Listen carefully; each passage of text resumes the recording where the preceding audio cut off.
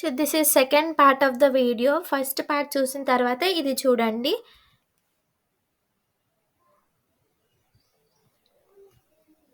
So ఇక్కడ 2a వరకు first పార్ట్లో చేసాం. నెక్స్ట్ 2b వచ్చేసి ఈ డాష్ డిరైవ్స్ ఎప్సిలాన్. సో ఇలాంటిది ఎప్సిలాన్ వచ్చినప్పుడు ఏం చేయాలంటే సెకండ్ ఫార్ములా వాడాలి. ఇక్కడున్న ఇది వాడాలి. ఏ డిరైవ్స్ ఎప్సిలాన్ వచ్చినప్పుడు ఫాలో ఆఫ్ ఏ వచ్చేసి బి. ఈ ఫార్ములా వాడితే ఫాలో ఆఫ్ ఈ డాష్ వచ్చేసి ఇక్కడ చూసుకోవాలి. ఫాలో ఆఫ్ ఈ డాష్ ఏముంది, డాలర్ క్లోజ్డ్ బ్రాకెట్ ఉంది కాబట్టి డాలర్ క్లోజ్డ్ బ్రాకెట్ అని రాస్తాం. యాడ్ ఈ ట్రాన్సిషన్ అంతా రాసి టు మ్యాట్రిక్స్, ఇదంతా రాసి టు ఎం, ఇక్కడ ఈ డాష్ ఉంది కాబట్టి ఈ డాష్ రాసి ఈ డాలర్ అండ్ బ్రాకెట్స్ ఇలా రాస్తాం. Next third,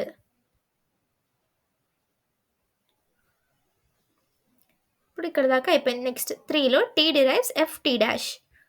tea derives F T dash అంటే అది ఎప్సిలాన్ లేదు కాబట్టి ఫస్ట్ ఫార్ములా వాడతాం. సో ఫస్ట్ యూజ్ చేస్తాం. First of F T dash. First of F T dash అంటే ఎఫ్ కున్న ఫస్ట్ అనేది ఇక్కడ ఎత్తుకుతాం. ఫస్ట్ ఆఫ్ ఎఫ్ ఏముంది, ఓపెన్ బ్రేస్ ఐడి ఉంది కదా. సో ఓపెన్ బ్రేస్ ఐడి రాస్తాం. ఈ ట్రాన్సిషన్ ఎక్కడ యాడ్ చేస్తామంటే టీలో ఓపెన్ ఐడి ఉన్న చోట యాడ్ చేస్తామని ఇలా రాస్తాం. Similarly everything. మీరు ఒక నిమిషం గ్యాప్ ఇస్తే స్క్రీన్ షాట్ తీసుకుంటారు, లేదంటే పాజ్ చేసి చెక్ చేసుకోండి. నెక్స్ట్ స్టెప్ 5 వచ్చేసి యాక్సెప్ట్ అవుతుందా లేదా అనేది స్ట్రింగ్ అనేది చెక్ చేయాలి. మనం ఒక స్ట్రింగ్ తీసుకుందాం. i+id అనేది ఒక స్ట్రింగ్ అనుకుంటే డాలర్ అనేది ప్రతిదానికి పెట్టాలి. ఎందుకంటే డాలర్ వస్తేనే మనకు ఆ స్ట్రింగ్ యాక్సెప్ట్ అయిందా లేదా అనేది తెలుస్తుంది. సో ఫస్ట్ వచ్చేసి యాక్సెప్టెన్స్ ఆఫ్ స్ట్రింగ్లో ఒక స్ట్రింగ్ తీసుకోవాలి. వాళ్ళు ఇవ్వకుంటే మనమే తీసుకోవాలి. స్టాక్ ఇన్పుట్ అండ్ దాని మీద ఏం యాక్షన్ చేస్తామనేది ఉంటుంది. ఇన్పుట్ అంటే ఇక్కడ ఉన్నది రాసుకుంటాం. Next first dollar and starting symbol ఏముంది మనకి, ఈ ఉంది కదా. సో ఈ రాసుకున్నాం. ఇక్కడ $E ఇన్పుట్ సింబల్ రాసుకుంటాం. నెక్స్ట్ యాక్షన్ ఏం చేస్తామంటే ఈ డిరైవ్స్ టీ ఈ డాష్ అని రాస్తాం. ఇది అదే ఎందుకు రాయాలి, వేరేది ఎందుకు రాయకూడదు అంటే మనం అవుట్పుట్ వచ్చేలాగా చూసుకొని రాయాలన్నమాట. అన్ని వేస్లో థింక్ చేసి ఈ డిరైవ్స్ టీ ఈ డాష్ అనేది రాస్తాం. సో ఈ డిరైవ్స్ టీ ఈ డాష్ని బాగా గుర్తుపెట్టుకోండి. ఇలాంటి స్టెప్సే థర్డ్ యూనిట్లో కూడా 2 డిఫరెంట్ టైప్స్లో చేస్తాం. LL1లో మాత్రం ఈ డిరైవ్స్ టీ ఈ డాష్ని రివర్స్లో రాస్తాం. అంటే టీ ఈ డాష్ అంటే ఇట్లా బ్యాక్ నుంచి రాస్తాం. ఎందుకు బ్యాక్ నుంచి రాస్తామంటే స్టాక్లో పైన ఉన్నది ఫస్ట్ పాప్ అవుతుంది కదా. సో దానికోసం మనం రివర్స్ ఆర్డర్లో పుష్ చేస్తాం అన్నమాట స్టాక్లోకి. $E దీన్ని ఈని టీ ఈ డాష్గా మార్చినాం, ఎందుకంటే ఈ అంటేనే టీ ఈ డాష్ కదా. సో అలా. నెక్స్ట్ ఈ టీ అనేది ఐడికి మ్యాచ్ అయిందా లేదా చూస్తాం. మ్యాచ్ అయిందా కాలేదు. సో టీని కూడా రీప్లేస్ చేస్తాం. టీని ఏమని రాయొచ్చు, టీని ఎఫ్ టీ డాష్ అని రాయొచ్చు కదా. సో టీని ఎఫ్ టీ డాష్గా రాసుకుంటాం. అది ఏం చేయాలా, రివర్స్లో రాయాల. ఎఫ్ టీ డాష్, టీని ఎఫ్ టీ డాష్గా రీప్లేస్ చేసినాం. ఈ డాష్ అనేది ఈ డాష్ లాగే ఉంటుంది. సో ఇన్పుట్ స్ట్రింగ్ కూడా అలానే ఉంటుంది. నెక్స్ట్ ఈ ఎఫ్ని ఏమని రాయొచ్చు అంటే మనకి అవుట్పుట్ వచ్చే విధంగానే ఆలోచించాలి. ఎఫ్ అనేది బ్రాకెట్ ఆఫ్ ఈ కూడా రాయొచ్చు, బట్ మనకి కావాల్సిన స్ట్రింగ్ రాదు కాబట్టి ఎఫ్ని ఐడిగా తీసుకుంటాం.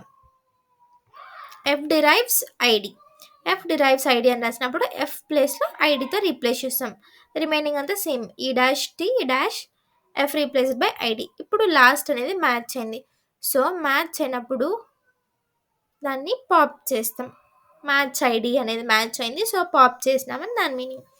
ఇక్కడున్న ఐడి పోతే ఇంకా ఏం మిగిలి ఉంటుంది, ప్లస్ ఐడి డాలర్ ఉంటుంది. ప్లస్ ఐడి డాలర్, ఇక్కడ డాలర్ ఈ డాష్ టీ డాష్ మిగిలి ఉంటుంది. నెక్స్ట్ ఈ టీ డాష్ని ఏమని రాయొచ్చు, ఎప్సిలాన్ లాగా రాయొచ్చు.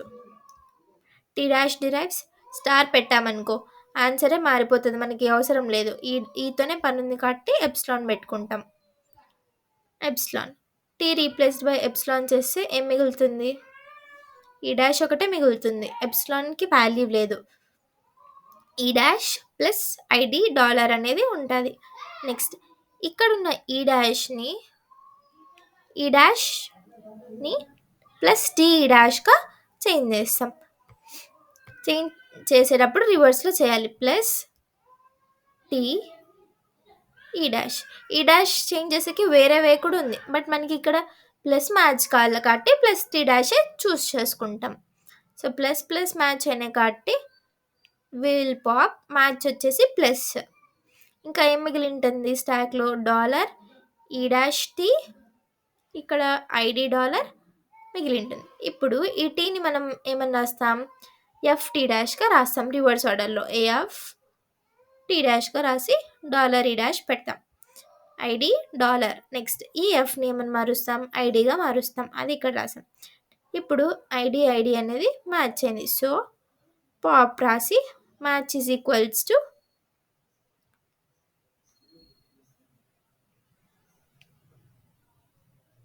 ఐడి. నెక్స్ట్ ఈ డాష్ టీ డాష్ మిగిలి ఉంటుంది, ఇక్కడ డాలర్ మిగిలి ఉంటుంది.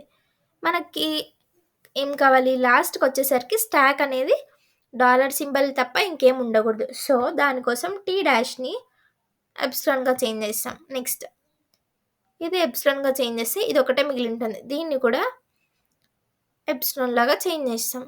ఏం మిగిలి ఉంటుంది? డాలర్ ఒకటే మిగిలి ఉంటుంది. సో డాలర్ వచ్చింది కాబట్టి స్ట్రింగ్ ఈజ్ యాక్సెప్టెడ్. ఇది ఎలా రాస్తామంటే పార్స్ టేబుల్, దీన్ని బేస్ చేసుకుని రాస్తాం. ఫస్ట్ ఈ అనేది తీసుకున్నాం, ఈని టీ ఈ డాష్గా చేసాం, టీని ఎఫ్గా, ఇందులో ఉన్న ఒక్కొక్క స్టెప్పే అనమాట. ఈని టీ ఈ డాష్గా మార్చాం, ఈని టీ ఈ డాష్. మరి ఈ టీని ఏం చేసాం? టీని ఎఫ్ డాష్గా మార్చుకున్నాం, ఎఫ్ని ఐడిగా మార్చుకున్నాం. టీని ఎఫ్ టీ డాష్గా మార్చాం, ఎఫ్ని ఐడిగా మార్చాం. సో ఈ స్టెప్స్. మనకు ఇంకొక వే ఏమంటే ఇదంతా చేసేకి మిస్టేక్స్ పోతాయి అనుకున్నప్పుడు ఫస్ట్ ఈ ట్రీనే డ్రా చేసి, మనకంటే ఐడి ప్లస్ ఐడి వచ్చేలాగా డ్రా చేసేది మనకి వచ్చింటుంది ఆల్రెడీ, పార్ట్స్ ట్రీస్ డ్రా చేసేది.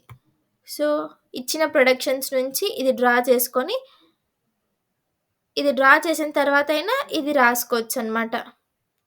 లేదు మాకు ఇది కూడా రాదు అంటే యాక్సెప్టింగ్ స్ట్రింగ్ వదిలేస్తే 1 or 2 మార్క్స్ పోతాయి. బట్ ట్రై చేసి రాస్తే బెటర్.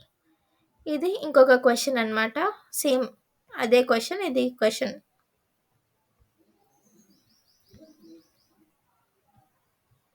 సో ఇది ఎల్ఎల్ ఆఫ్ 1. ఇందులో మొత్తం మ్యాక్సిమం సెకండ్ యూనిట్ కవర్ అవుతుంది, ఎందుకంటే left recursion, left factoring, first follow, parts table, acceptance of a string అన్నీ ఈ క్వశ్చన్ నేర్చుకుంటే ఇవన్నీ నేర్చుకోవాలి. అండ్ ఇవన్నీ ఇట్లా నుంచి ఒకటి పక్కా వస్తుంది. ఈ క్వశ్చన్ రాకపోయినా ఇవి సబ్ క్వశ్చన్స్గా అయినా ఇట్లా వస్తాయి. 2 మార్క్స్కి కూడా మ్యాక్సిమం దీంట్లో నుంచి రావచ్చు. సో ఇది ఒక క్వశ్చన్ నేర్చుకుంటే చాయిస్ లేకోకుండా సెకండ్ యూనిట్ అయిపోయినట్టే.